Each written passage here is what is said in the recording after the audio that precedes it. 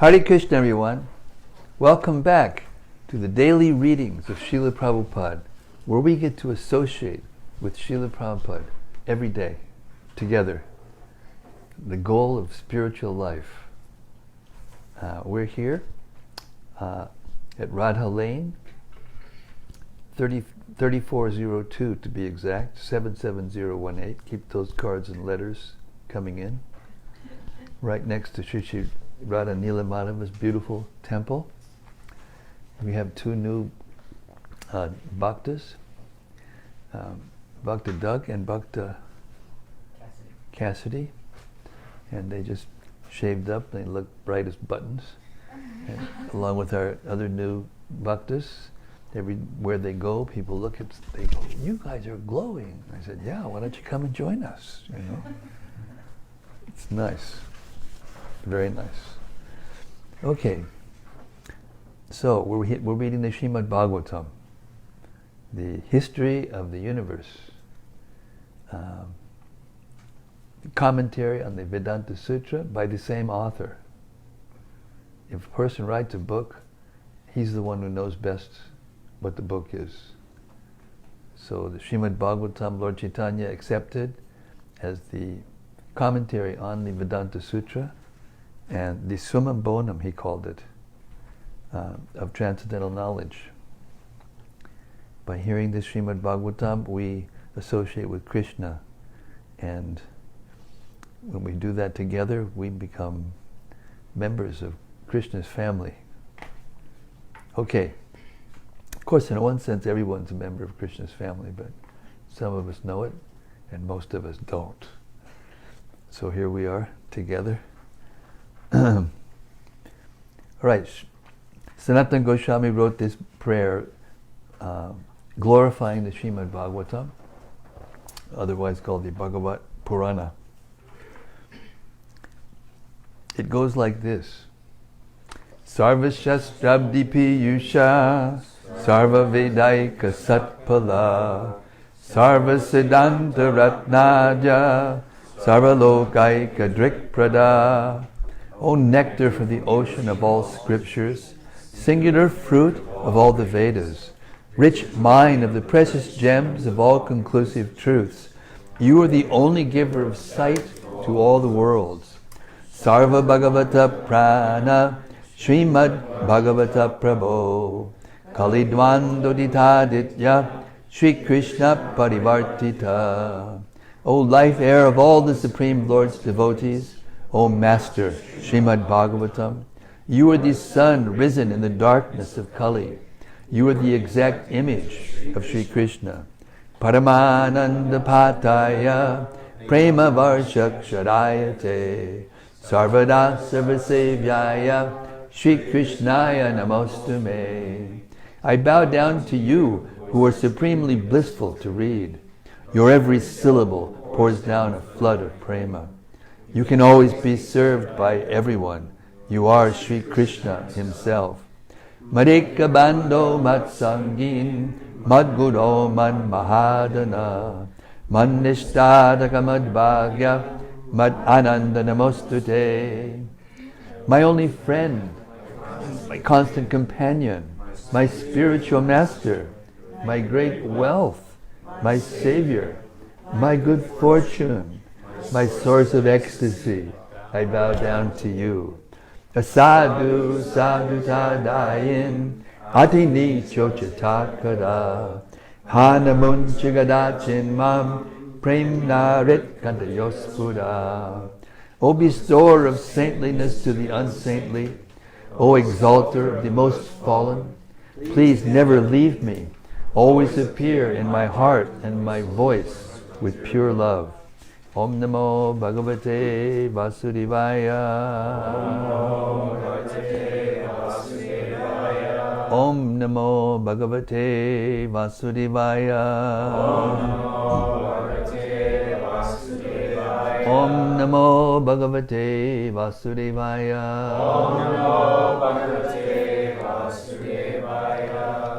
Hare Krishna, Hare Bol, Hare Bol.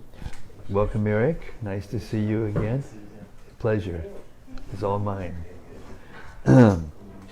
Okay, we've reached the 33rd verse of the 17th chapter of Srimad-Bhagavatam. Prthu Maharaj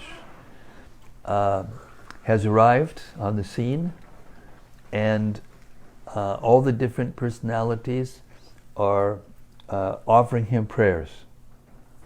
And we're right in the middle of them. Text 33. My dear Lord, by your potencies, you are the original cause of the material elements, as well as the performing instruments, the senses, the workers of the senses, the controlling demigods, the intelligence and the ego, as well as everything else.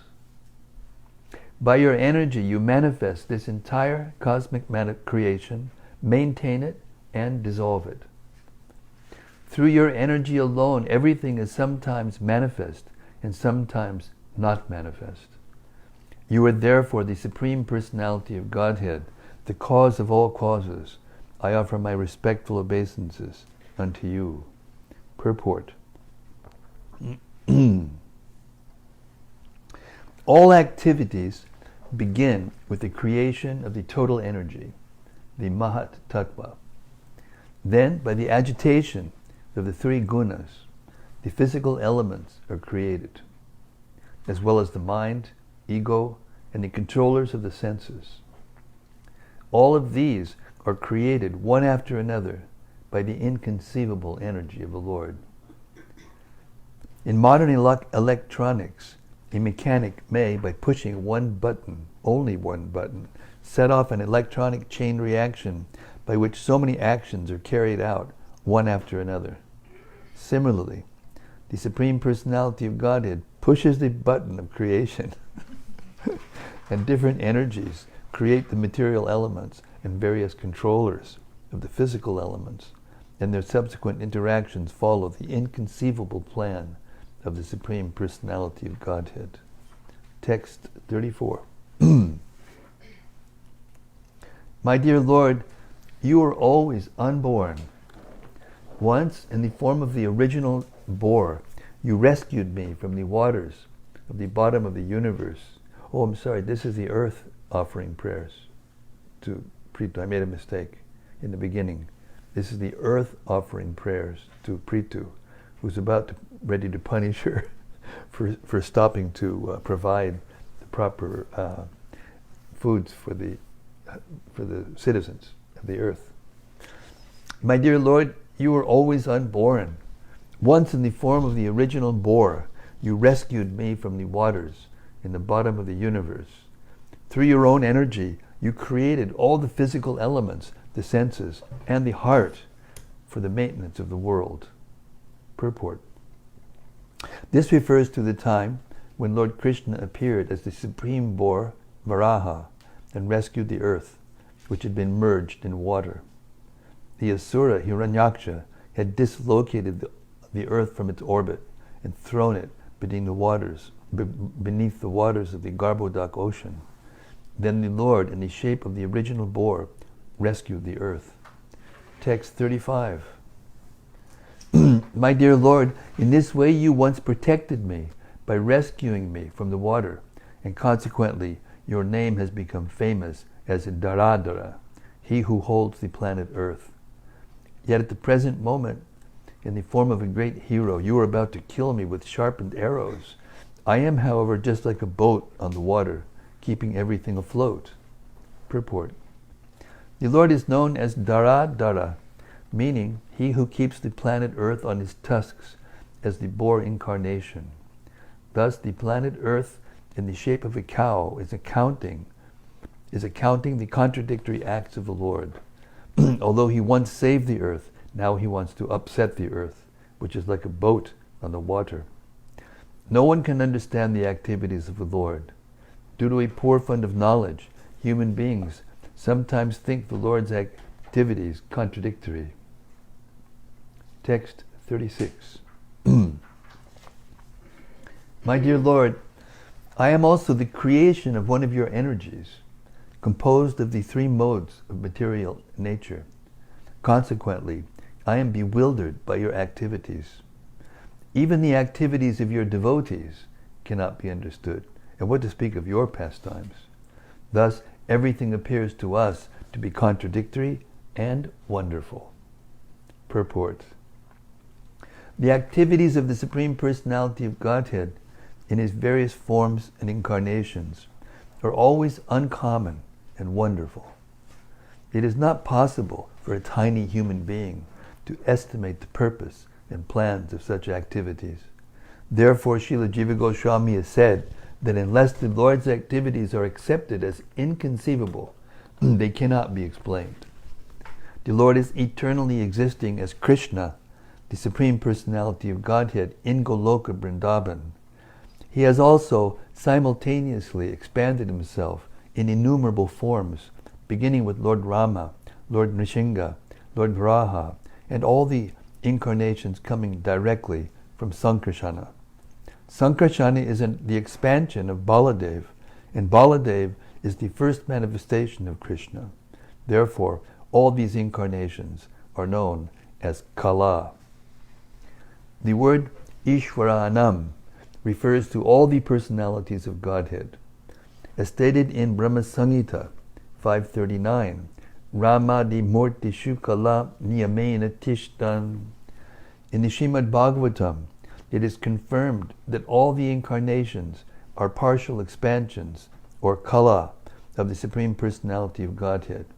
However, Krishna is the original Supreme Personality of Godhead. One should not take the plural number of the word Ishwaranam to mean that there are many Godheads. The fact is that God is one, but he exists eternally and expands himself in innumerable forms and acts in various ways. Sometimes the common man is bewildered by all this and considers such activities contradictory. But they are not contradictory. There is a great plan behind all the Lord's activities. For our understanding, it is sometimes said that the Lord is situated in the heart of the thief as well as in the heart of the householder. But the supersoul in the heart of the thief dictates, go and steal things from that particular house. And at the same time, the Lord tells the householder, now be careful of thieves and burglars. These instructions to different persons appear contradictory, yet we should know that the Supersoul, the Supreme Personality of Godhead, has some plan, and we should not consider such activities contradictory. The best course is to surrender under the Supreme Personality of Godhead wholeheartedly, and being protected by Him, remain peaceful. Thus end the Bhaktivedanta purports of the 4th canto, 17th chapter of Srimad-Bhagavatam, entitled Maharaja Prthu becomes angry at the earth.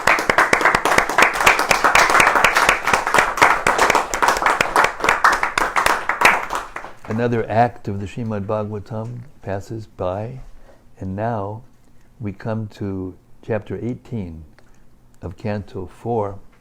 Prthu Maharaj milks the earth planet. Text 1. The great Saint Maitreya continued to address Vidura. My dear Vidura, at that time, after the planet Earth finished her prayers, King Prthu was still not pacified, and his lips trembled in great anger. Although the planet Earth was frightened, she made up her mind and began to speak as follows in order to convince the king. Text 2. My dear Lord, please pacify your anger completely and hear patiently whatever I submit before you. Please turn your kind attention to this. I may be very poor, but a learned man takes the essence of knowledge from all places, just as a bumblebee collects honey from each and every flower. Text 3. To benefit all human society, not only in this life but in the next, the great seers and sages have prescribed various methods conducive to the prosperity of the people in general. Purport. Vedic civilization takes advantage of the perfect knowledge presented in the Vedas and presented by great sages and brahmanas for the benefit of human society. Vedic injunctions are known as Shruti. and the additional supplementary presentations of these principles, as given by the great sages, are known as smriti. They follow the principles of Vedic instruction. Human society should take advantage of the instructions from both Shruti and Smriti. If one wants to advance in spiritual life, he must take these instructions and follow the principles. In Bhakti Rasamrita Sindhu, Srila Rupa Goswami says that if one poses himself as advanced in spiritual life, but does not refer to the Shrutis and Smritis, he is simply a disturbance in society. One should follow the principles laid down in Shrutis and Smritis, and not only in one's spiritual life, but in material life as well.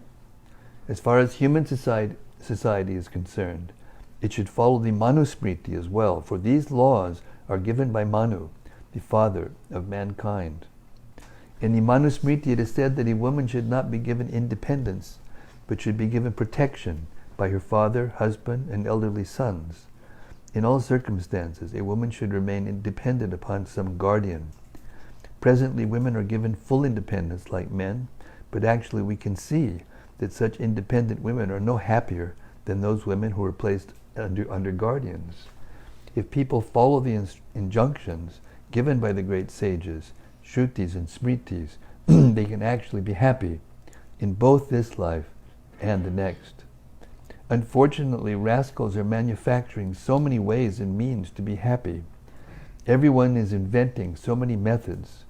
Consequently, human society has lost the standard ways of life, both materially and spiritually, and as a result, people are bewildered, and there is no peace or happiness in the world. Although they are trying to solve the problems of human society in the United Nations, they are still baffled. Because they do not follow the liberated instructions of the Vedas, they are unhappy. Two significant words used in this verse are asmin and amushmin. Asmin means in this life, and amushmin means in the next life. Unfortunately, in this age, even exalted professors and learned men believe that there is no next life, and that everything is finished in this life. Since they are rascals and fools, what advice can they give? Still, they are passing as learned scholars and professors. In this verse, the word amushmin is very explicit. It is the duty of everyone to mold his life in such a way that he will have a profitable next life. Just as a boy is educated in order to become happy later, one should be educated in this life in order to attain an eternal and prosperous life after death. It is therefore essential that people follow what is given in the Shrutis and Smritis to make sure that the human mission is successful. Text 4. One who follows the principles and instructions enjoined by the great sages of the past can utilize these instructions for practical purposes. Such a person can very easily enjoy life and pleasures. Purport. The Vedic principles, Mahajano Yena Katak Sapantak, urge us to follow in the footsteps of great liberated souls. In this way, we can receive benefit in both this life and the next. And we can also improve our material life. By following the principles laid down by great sages and saints of the past, we can very easily understand the aim of all life. The word avarak, meaning inexperienced, is very significant in this verse. Every conditioned soul is inexperienced. Everyone is abodha jata, born a fool and rascal. In democratic government, at the present moment, all kinds of fools and rascals are making decisions. But what can they do? What is the result of their legislation? They enact something today just to whimsically repeal it tomorrow. One political party utilizes a country for one purpose, and the next moment another political party forms a different type of government and nullifies all the laws and regulations. This process of chewing the chewed, punak punas charvita charvananam, will never make human society happy. In order to make all human society happy and prosperous, we should accept the standard methods given by liberated persons. Text 5.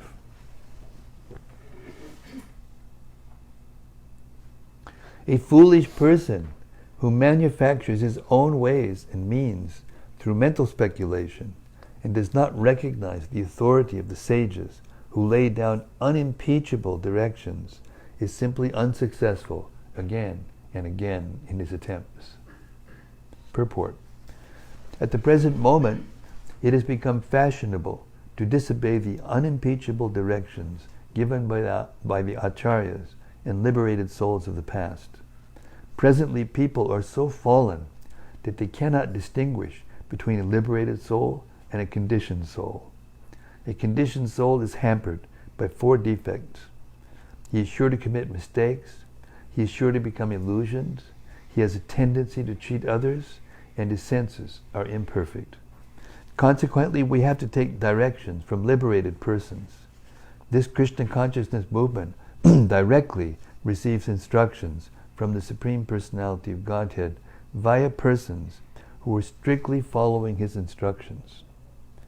Although a follower may not be a liberated person, if he follows the Supreme, liberated Personality of Godhead, his actions are naturally liberated from the contamination of the material nature. Lord Chaitanya therefore says, by my order, you may become a spiritual master. One may immediately become a spiritual master by having full faith in the transcendental words of the Supreme Personality of Godhead and by following his instructions. Materialistic men are not interested in taking directions from a liberated person, but they are very much interested in their own concocted ideas, which make them repeatedly fail in their attempts. Because the entire world is now following the imperfect directions of conditioned souls, humanity is completely bewildered. Here we are, 2019? This was written in, 1970, no later than 1975, maybe 74. Still going on. Text 6. My dear king, the seeds, roots, herbs, and grains which were created by Lord Brahma in the past are now being used by non-devotees who were devoid of all spiritual understanding. Purport.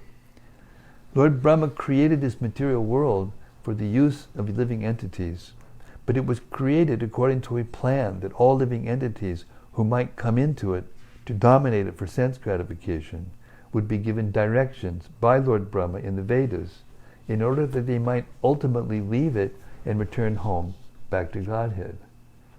All necessities grown on earth, namely fruits, flowers, trees, grains, animals, and animal byproducts, were created for use and sacrifice for the satisfaction of the Supreme Personality of Godhead, Vishnu. However, the planet Earth, in the shape of a cow, herein submits that all these utilities are being used by non-devotees who have no plans for spiritual understanding. Although there are immense potencies within the earth for the production of grains, fruits, and flowers, this production is checked by the earth itself when it is misused by non-devotees who have no spiritual goals. Everything belongs to the Supreme Personality of Godhead, and everything can be used for his satisfaction. Things should not be used for the sense gratification of the living entities. This is the whole plan of material nature, according to the directions of this material nature.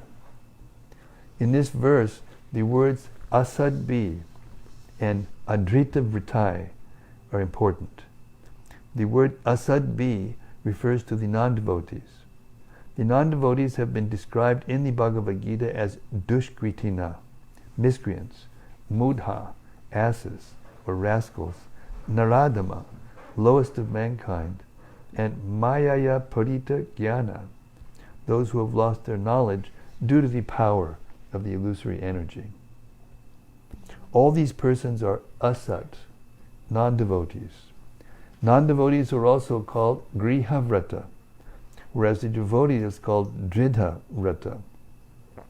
The whole Vedic plan is that the misguided conditioned souls who have come to lord it over material nature should be trained to become Dridha Vrata. Trained to become what? Dridha Vrata. Just checking. This means that they should take a vow to satisfy their senses, to enjoy material life, only by satisfying the senses of the Supreme Lord.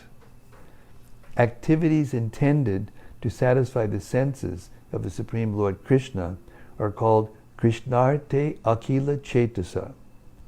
This indicates that one can attempt all kinds of work, but one should do so to satisfy Krishna. This is described in Bhagavad Gita as Yagyartat Karma. The word Yagya indicates Lord Vishnu. We should work only for his satisfaction. In modern times, Kali Yuga, however, people have forgotten Vishnu altogether, and they conduct their activities for sense gratification. Such people will gradually become poverty-stricken, for they cannot use things which are to be enjoyed by the Supreme Lord for their own sense gratification.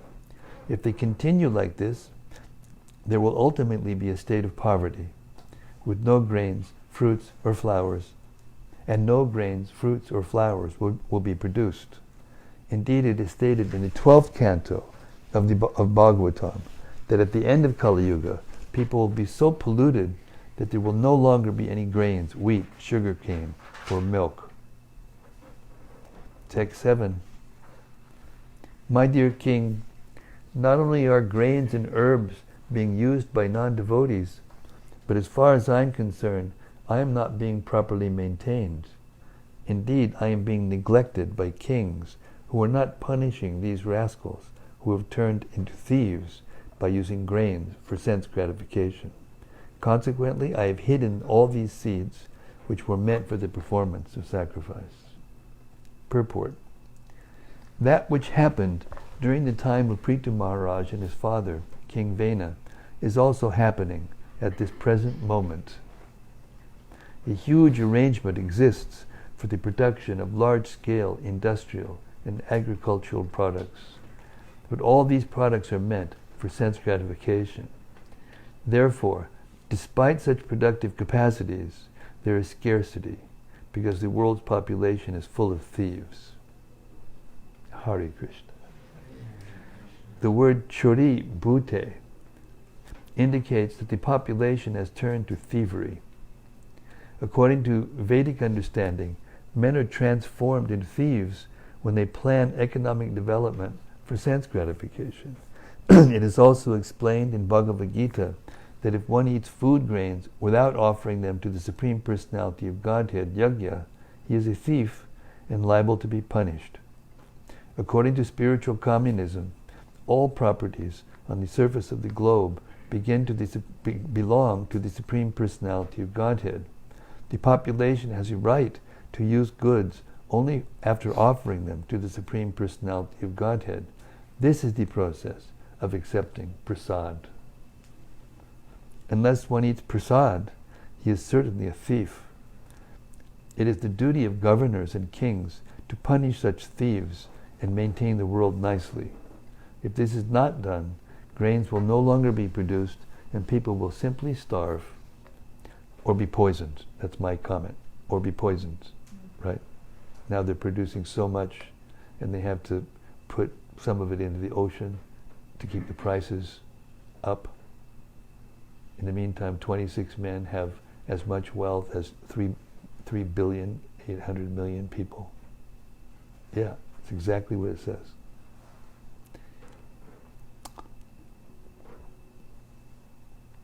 Indeed, not only will people be obliged to eat less, but they will kill one another and eat each other's flesh.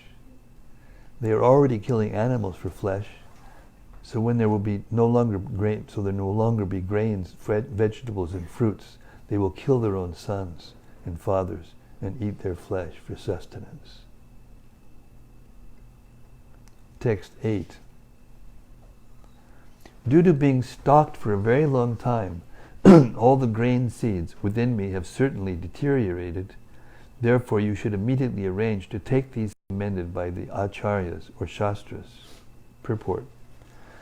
When there is a scarcity of grain, the government should follow the methods prescribed in the shastra, approved by the acharyas.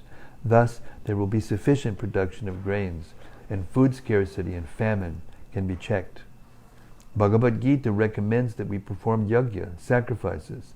By the performance of yajna, sufficient clouds gather in the sky, and when there are sufficient clouds, there is also sufficient rainfall. In this way, agricultural matters are taken care of.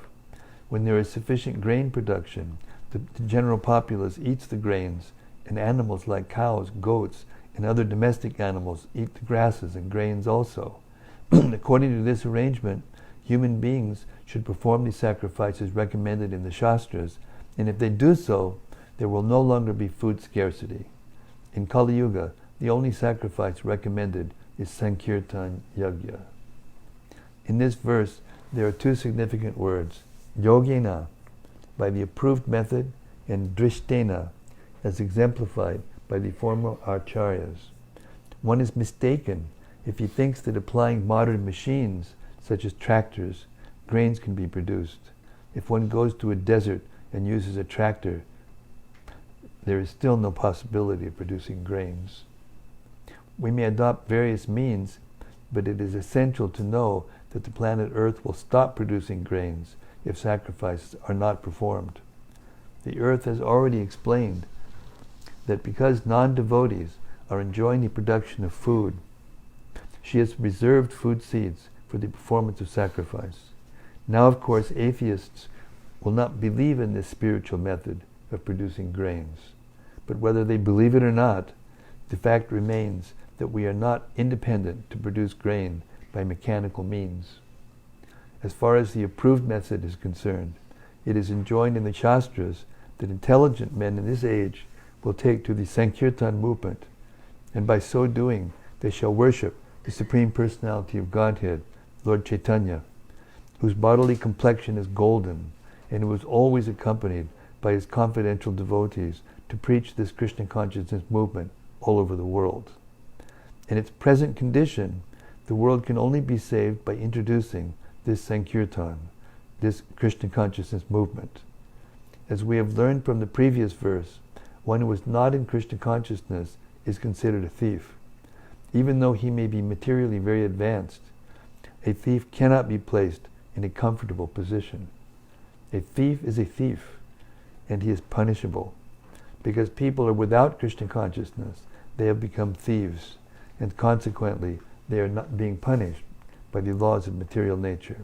No one can check this, not even by introducing so many relief funds and humanitarian institutions. Unless the people of the world take to Krishna consciousness, there will be a scarcity of food and much suffering. Srila Prabhupada ki jai. Text 9 and 10. O great hero, protector of living entities, if you desire to relieve the living entities by supplying them sufficient grain, and if you desire to nourish them by taking milk from me, you should make arrangements to bring a calf suitable for this purpose, and a pot in which the milk can be kept, as well as a milkman to do the work. Since I will be very much affectionate towards my calf, your desire to take milk from me will be fulfilled. If any of you lived with cows, in Govardhan we have cows, and whenever the calf arrives, then the mother just immediately showers the calf with affection, and the milk starts to pour, and the calf knows exactly where to go. No education required. And then when it comes time for the milking, they let the calf come close to the mother. And of course they have to, the calf takes after the milk, when there's enough milk for the calf. But if the calf takes all the milk, then the calf gets sick. And the milk isn't there for humans' consumption, which it's meant for. So they bring the calf, and the calf gives the milk, and then as soon as that's finished, the calf's waiting there, and as soon as they're finished, and they let the calf go. She runs to the mother and takes the milk, and the mother's like licking her and licking the calf. It's so beautiful. It's so beautiful. It's so natural. What they're doing now is abominable, unthinkable, unspeakable. Purport. These are nice instructions for milking a cow. The cow must first have a calf, so that out of affection for the calf, she will voluntarily give sufficient milk. There must also be an expert milkman and a suitable pot in which to keep the milk. Just as a cow cannot deliver sufficient milk without being affectionate to her calf, the earth cannot produce sufficient necessities without feeling affection for those who are Krishna conscious. Even though the earth's being in the shape of a cow may be taken figuratively, the meaning herein is very explicit. Just as a calf can derive milk from a cow, all living entities, including animals, birds, bees, reptiles, and aquatics, can receive their respective foods from the planet Earth, provided that human beings are not asat or adrita vrata, as we have previously discussed. So therefore, everyone in all parts of the world, what do they call the Earth? Mother Earth. Isn't it? Mother Earth or Mother Nature. When human society becomes asat or ungodly or devoid of Krishna consciousness, the entire world suffers. If human beings are well behaved, animals will also receive sufficient food and be happy. The ungodly human being, ignorant of his duty to give protection and food to the animals, kills them to compensate for the insufficient production of grains. Thus, no one is satisfied, and that is the cause for the present condition in today's world. Text 11. My dear King, may I inform you that you have to make the entire surface of the globe level. This will help me, even when the rainy season has ceased. Rainfall comes by the mercy of King Indra. Rainfall will remain on the surface of the globe, always keeping the earth moistened, and thus it will be auspicious for all kinds of production. Purport. King Indra of the heavenly planets is in charge of throwing thunderbolts and giving rainfall. Generally, thunderbolts are thrown on the tops of hills in order to break them to pieces. As these pieces are spread asunder, and in due course of time, the surface of the globe gradually becomes fit for agriculture. Level land is especially conducive to the production of grain. Thus, the planet Earth requested Maharaja Prthu to level the surface of the earth, breaking up the high land and mountains. Text 12. After hearing the auspicious and pleasing words of the planet Earth, the king accepted them. He then transformed Swayambhuva Manu into a calf and milked all the herbs and grains from the earth in the form of a cow, keeping them in his cupped hands. Text 13. Others who were as intelligent as King Prthu also took the essence out of the earthly planet. Indeed, everyone took this opportunity to follow in the footsteps of King Prthu and get whatever he desired from the planet Earth. Purport. The planet Earth is also called Vasundhara. The word Vasu means wealth, and Dhara means one who holds. All creatures within the earth fulfill the necessities required for human beings, and all living entities can be taken out of the earth by the proper means. As suggested by the planet Earth and accepted and initiated by King Prthu, whatever is taken from the earth, either from the mines, from the surface of the globe, or from the atmosphere, should always be considered the property of the Supreme Personality of Godhead and should be used for yajna, Lord Vishnu. As soon as the process of yajna is stopped, the earth will withhold all productions, vegetables, trees, plants, fruits, flowers, other agricultural products, and minerals. As confirmed in Bhagavad Gita, the process of yajna was instituted from the beginning of creation. By the regular performance of yajna, the equal distribution of wealth, and the restriction of sense gratification, the entire world will be made peaceful and prosperous. As already mentioned, in this age of Kali, the simple performance of Sankirtan Yajna, the holding of festivals, as initiated by the International Society for Krishna Consciousness, should be introduced in every town and village. Intelligent men should encourage the performance of Sankirtan Yajna by their personal behavior. This means that they should follow the process of austerity by restricting themselves from illicit sex life, meat eating, gambling, and intoxication. If the intelligent men or the brahmanas of society would follow the rules and regulations, certainly the entire face of this present world, which is in such chaotic condition, would change and people would be happy and prosperous. Text 14. All the great sages transformed Brihaspati into a calf, and making the senses into a pot, they milked all kinds of Vedic knowledge to purify words, mind, and hearing. Purport. Brihaspati is the priest of the heavenly planets. Vedic knowledge was received in logical order by the great sages through Brihaspati for the benefit of human society, not only on this planet, but throughout the universes. In other words, Vedic knowledge is considered one of the necessities for human society. If human society remains satisfied simply by taking grains from the planet Earth, as well as other necessities for maintaining the body, society will not be sufficiently prosperous. Humanity must have food for the mind and ear. There's conch shell of Maya pulling a train full of oil, which has been taken from the earth.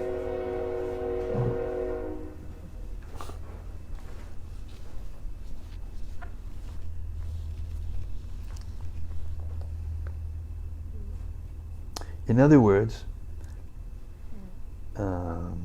humanity must have food for the mind and ear, as well as for the purpose of vibration. As far as transcendental vibrations are concerned, the essence of all knowledge is the Mahamantra.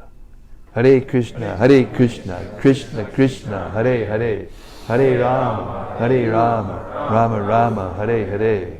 In Kali Yuga, if this Vedic Mahamantra is chanted regularly and heard regularly by the devotional process of Shravanam, Kirtanam, it will purify all societies, and thus humanity will be happy, both materially and spiritually. And I might add, the Srimad-Bhagavatam should be done along with the chanting of Hare Krishna. Hare Krishna. Text 15. All the demigods made Indra, the king of heaven, into a calf. And from the earth they milked the beverage soma, which is nectar. Thus they became very powerful in mental speculation and bodily and sensual strength. Purport. In this verse, the word soma means nectar. Soma is a kind of beverage made in the heavenly planets, from the moon to the kingdoms of the demigods in the various higher planetary systems. By drinking this soma beverage, the demigods become more powerful mentally and increase their sensual power and bodily strength. The words Hiranmayena Patrena indicate that this soma beverage is not an ordinary intoxicating liquor. The demigods would not touch any kind of liquor, nor is soma a kind of drug. It is a different kind of beverage, available in the heavenly planets. Soma is far different from the liquors made for demoniac people, as explained in the next verse. Text 16.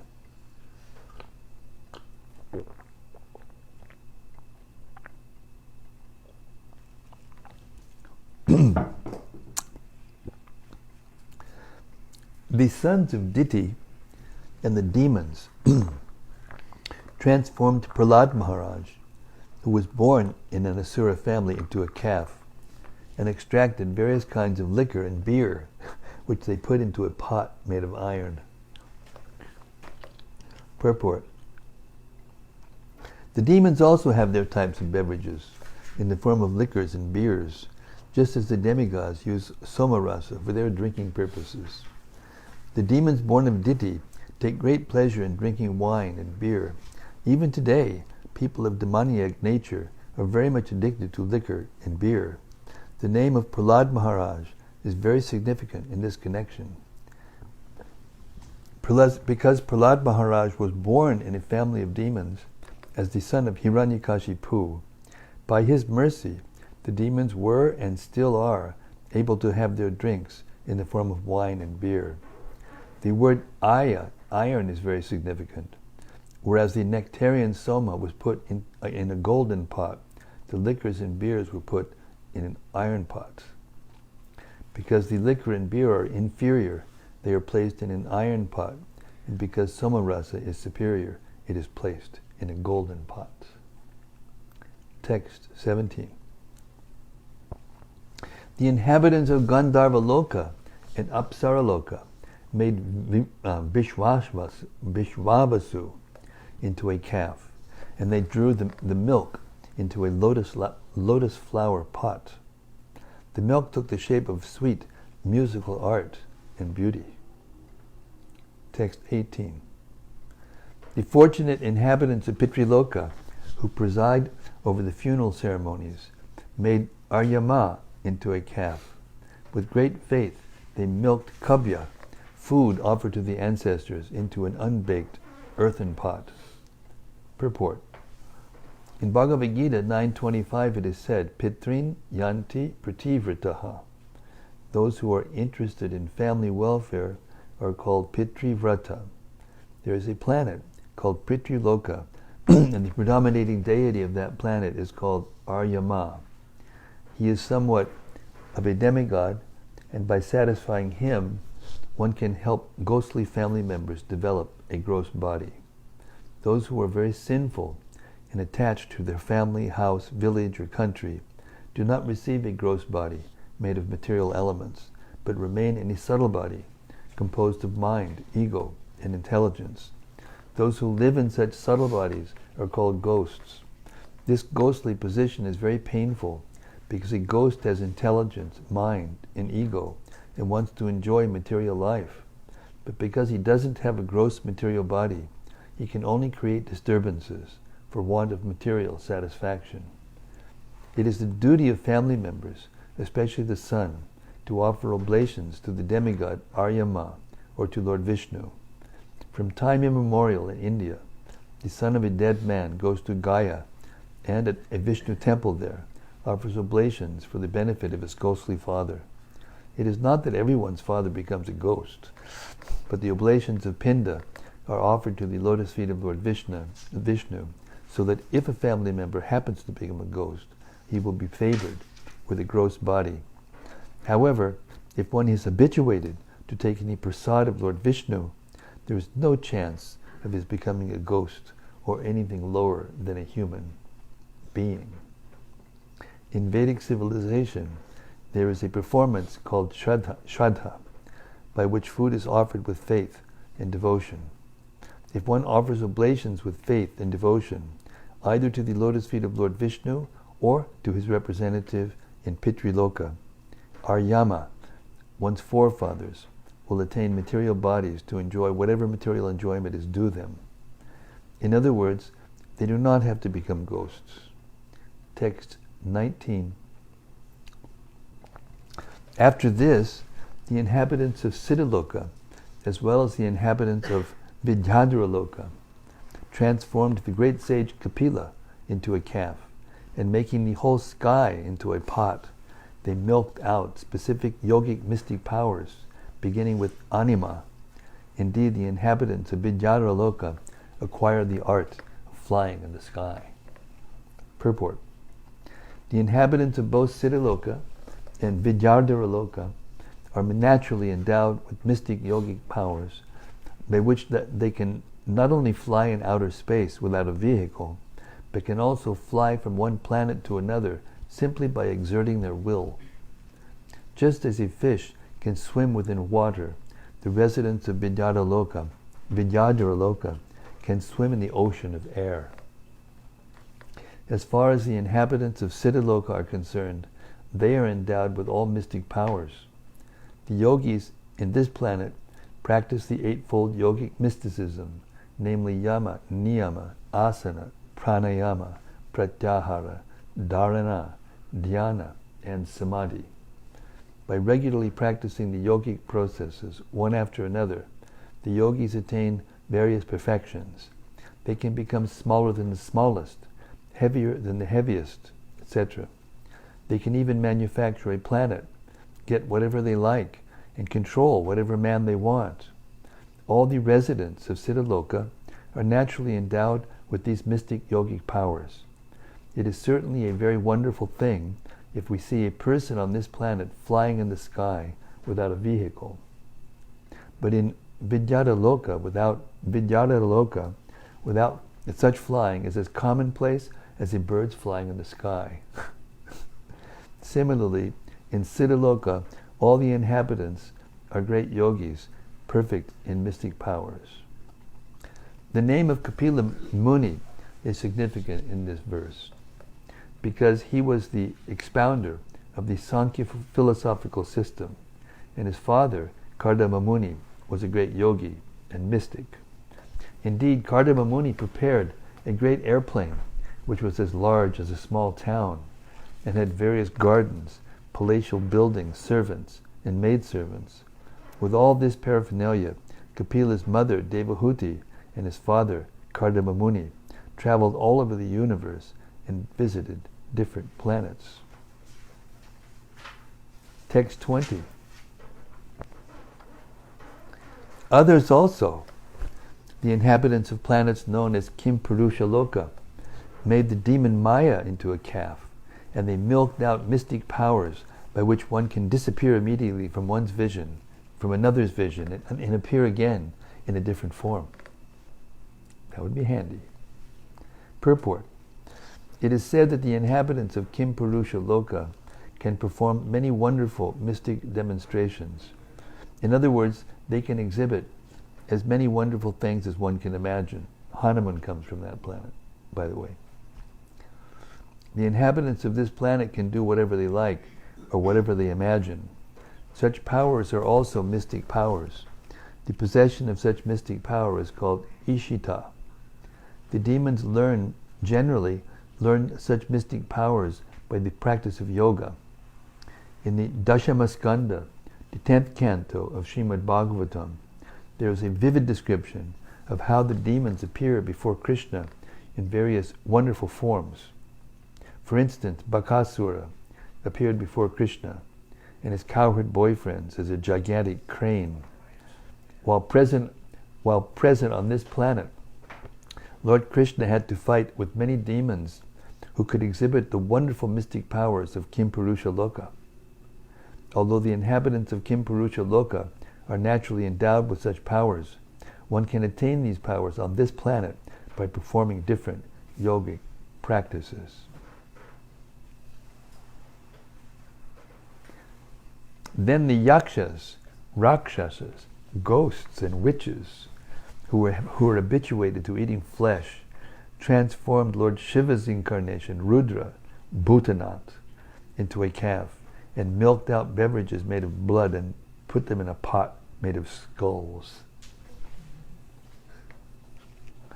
Purport.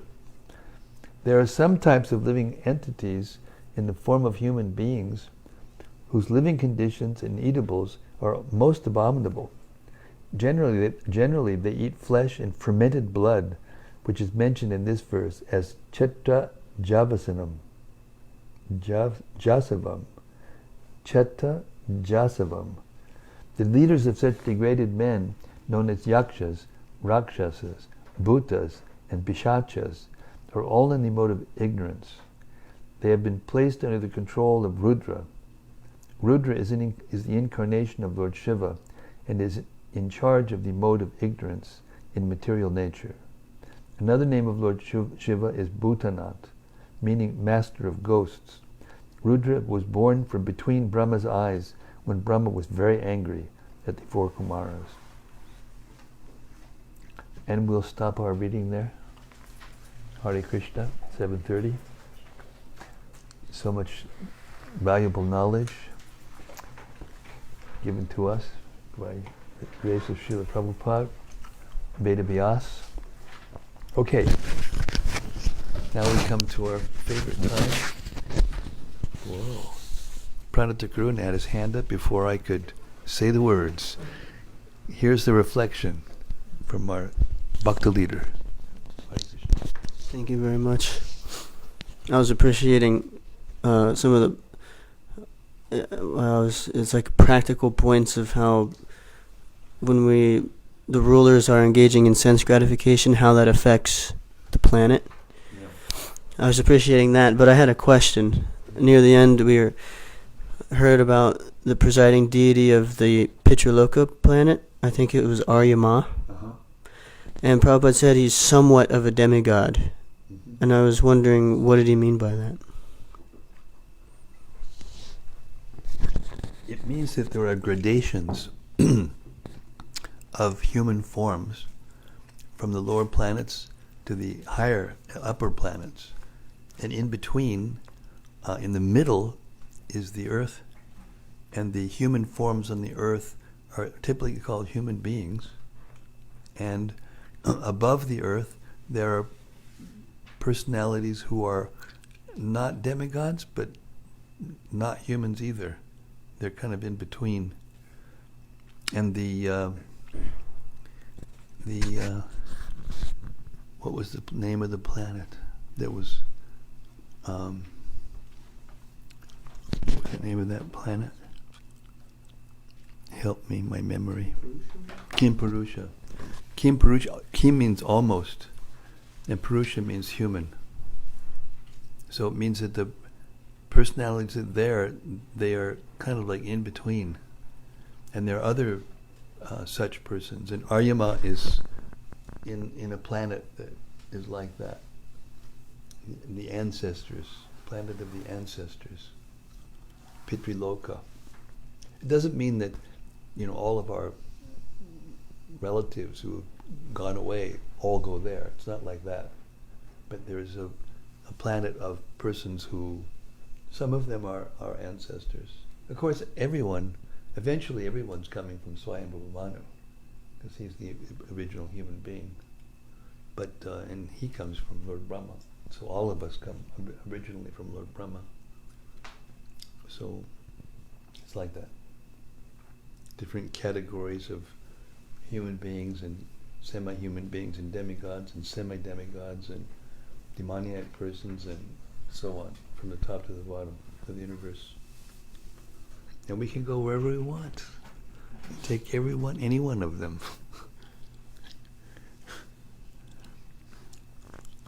What else?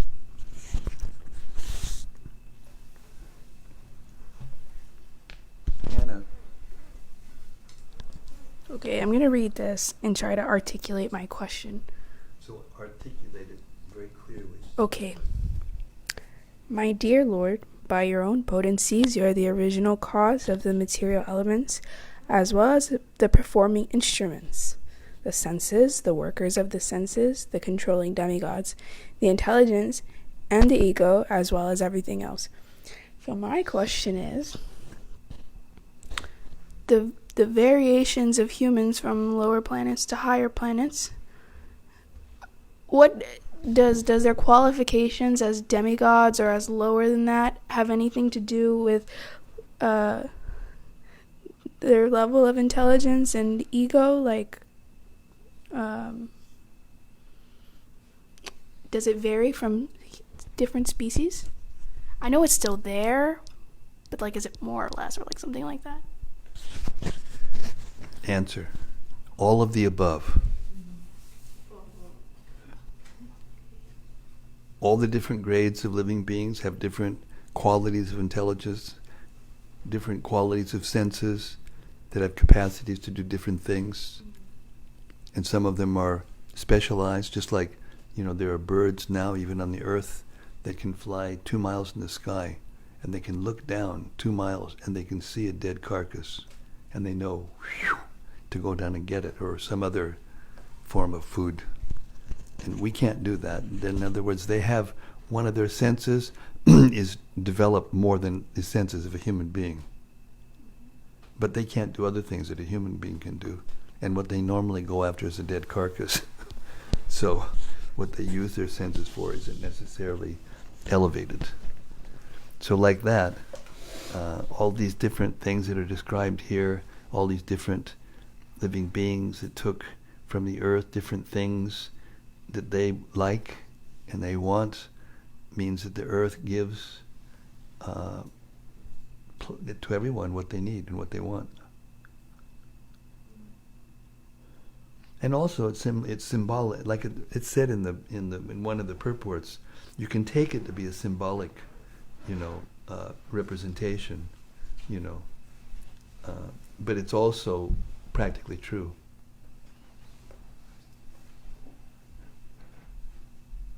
And now they're taking out everything from the earth, and now look what's happening.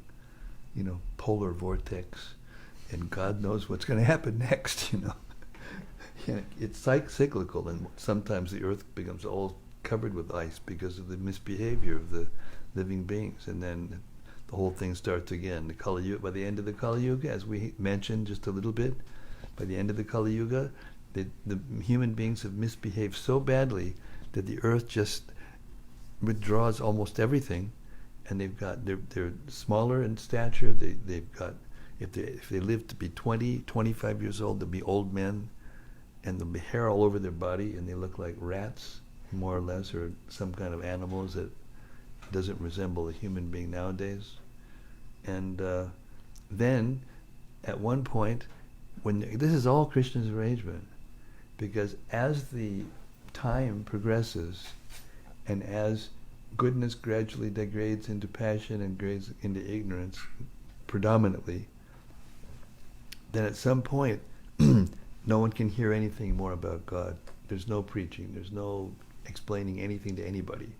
There's a few devotees still, but Kalki comes, and that's also described in the Bible, in the Revelations, the Apocalypse. He rides a white horse, carries a double-edged sword, which is exactly the image described in Srimad-Bhagavatam of Kalki, and he just kills them all. But that seems cruel, but they become relieved from all of their sinful reactions, and they get liberated just by the sword of Kalki. And then those who were left, they start again, and they leave the earth alone.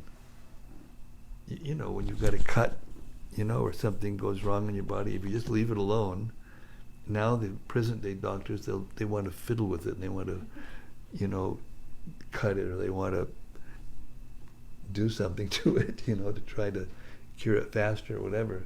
But generally speaking, there's exceptions. We take sometimes medicines or sometimes invasive treatments when it's absolutely necessary.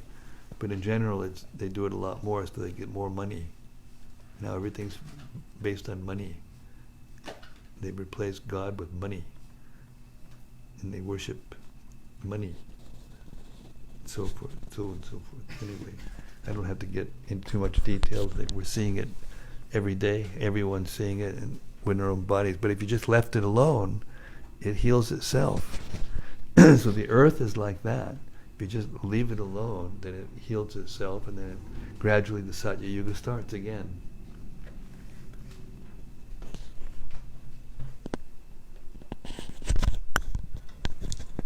This is from cyberspace. From cyberspace. From Sudevi Dasi. Planet like Siddhaloka. From Sudevi Dasi. Sudevi, I think she's from Netherlands. From Amsterdam, I think. Hare Krishna Maharaj, please accept my humble obeisances. Hare Krishna, dear Sudevi. I wonder if people who are not blood related to me but are considered family can be benefited from me being a devotee, along with my own family and ancestors, and be liberated should I become a pure devotee someday. You should become a pure devotee right now. Never mind someday. Yes, when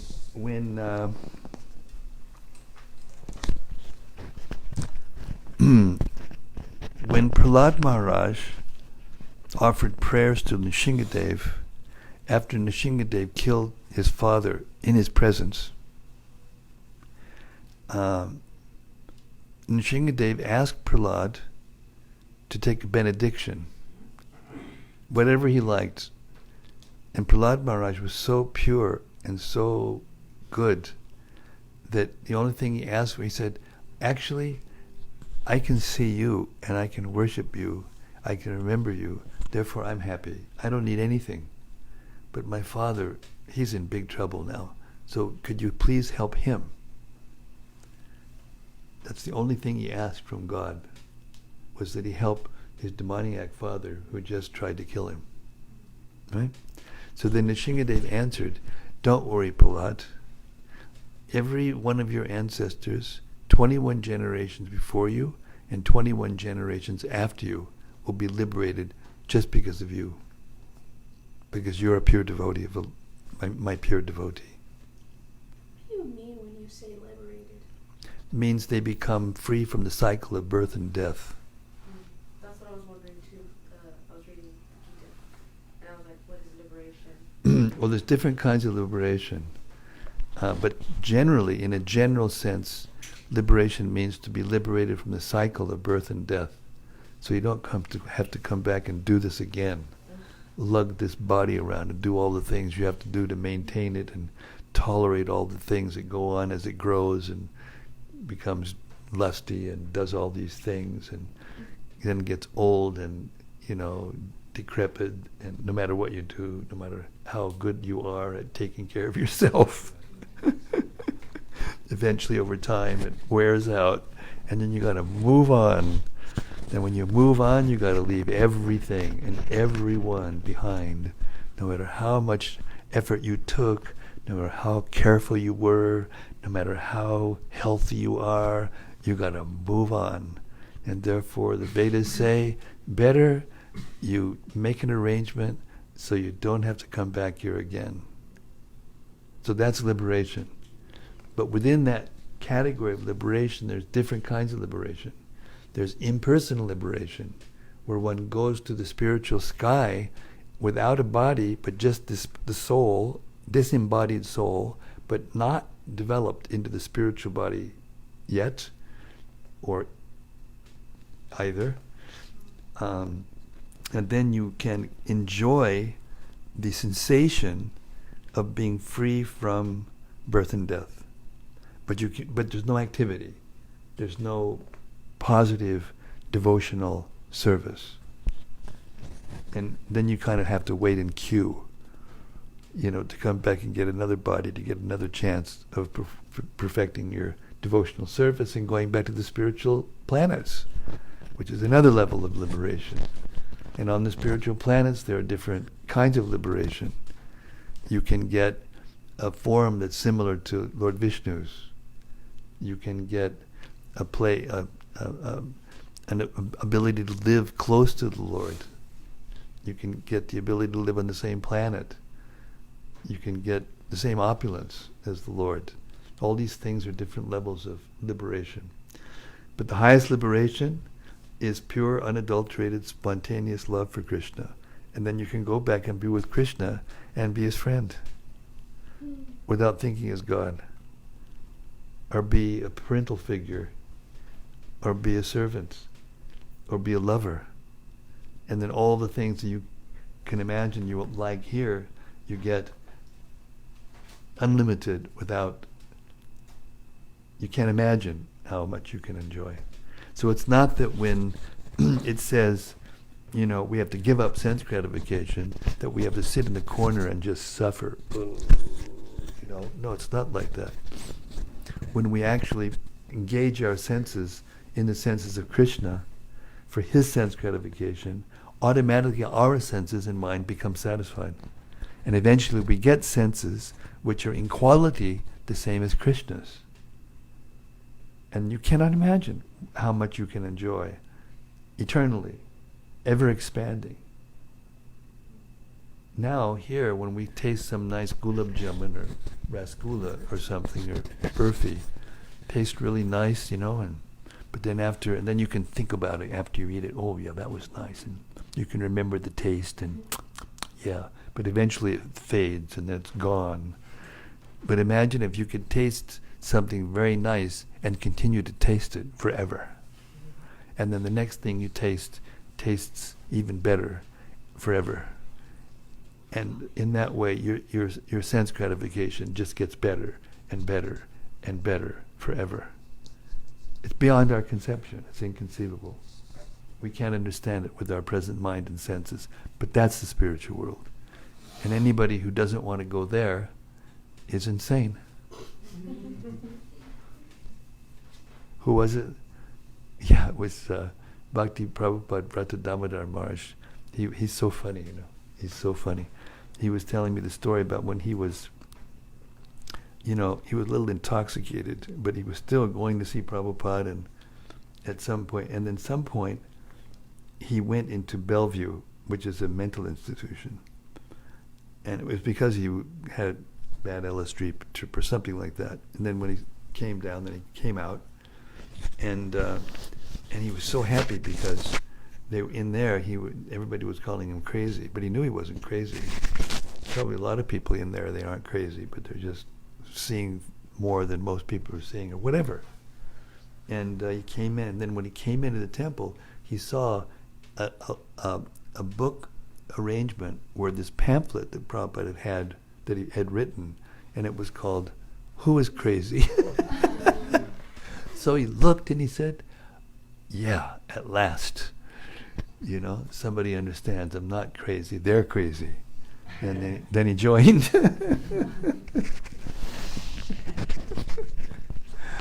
Yes, Patrick.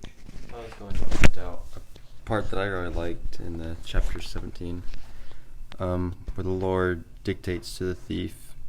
He says to go and steal things from that particular house, and at the same time he tells the householder to be careful of thieves and burglars. And I really like that thought, because I kind of wish everybody would realize that and see that when they're faced with adversity, it's not happening to them but for them, both on the half of the burglar and the householder.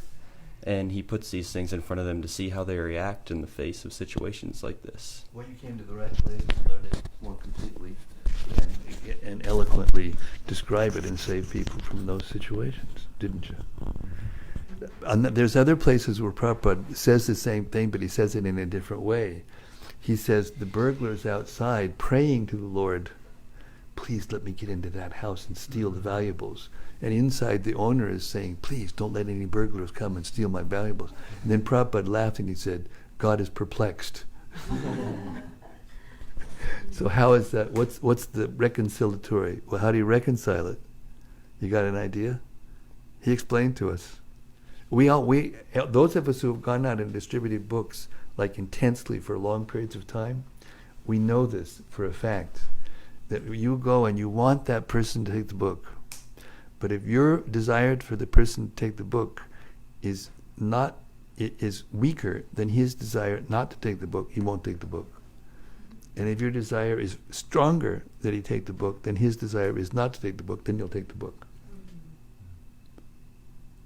So it's all about changing our desire. We came into this world because of our desire, and we'll leave this world.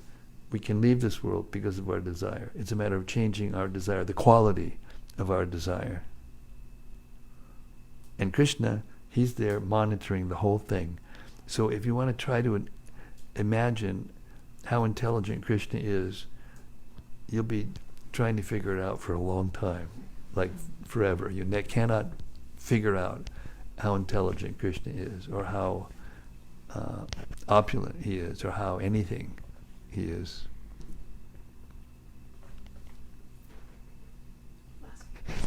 There's one more from cyberspace, some other planet. Okay, another country rather. Varsha, or not from another Varsha.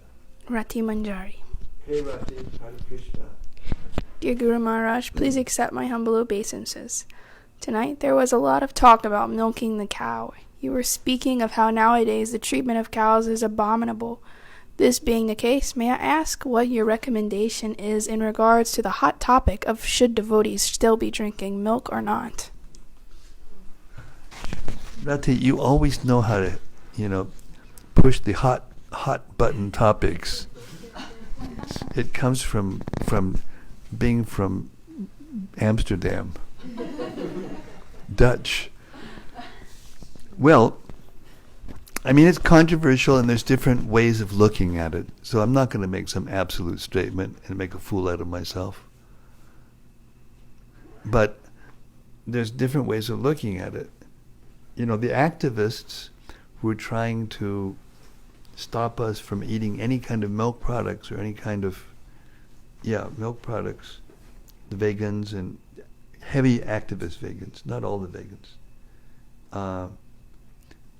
they have some genuine sentiment to try to stop the violence and the suffering, you know, and also the health of the human being. So there's something positive to be said for that. But the thing that I think, and Prabhupada, I mean, I can't give a direct quote from Prabhupada, but I do know that I was there in California when similar things were asked to Prabhupada about different foods that we get that are contaminated in different ways, even milk that has, I don't know, fish oil or something they put in it to put in another vitamin that they think milk doesn't have that need. This is over-intelligent human misuse of human intelligence. Anyway, and Prabhupada told us, he said, actually, in this material world, there's nothing pure anymore. Everything's contaminated. I heard Gopi Pranadana Prabhu give a very nice analogy. He said, you know, especially in very densely populated places, we're all sharing the air. You know, people are breathing out, and God knows what's in that, the molecules and whatever they're eating whatever, and they're breathing out, and then you're walking along going, you know, and you're breathing in, and there you have it, you know. Who's a vegetarian? Practically nobody. So there's that kind of consideration. So Prabhupada said, you know, Krishna likes milk. So when we have the deity of Radha and Krishna installed, we want to offer them milk. So he said, you try your best. This is his take. You try your best, you know, to get milk that is non-violent. They call it now non-violent milk, you know, or cheese that doesn't have rennet in it, or whatever it is. And then you purchase it, and by the purchasing procedure, it's purified to a certain extent. And then you cook it properly, and it's purified another extent. Then you offer it to Krishna with love, and it's purified to a great extent. And then Krishna is satisfied, and it becomes pure, and you don't become contaminated. So that's one aspect of it.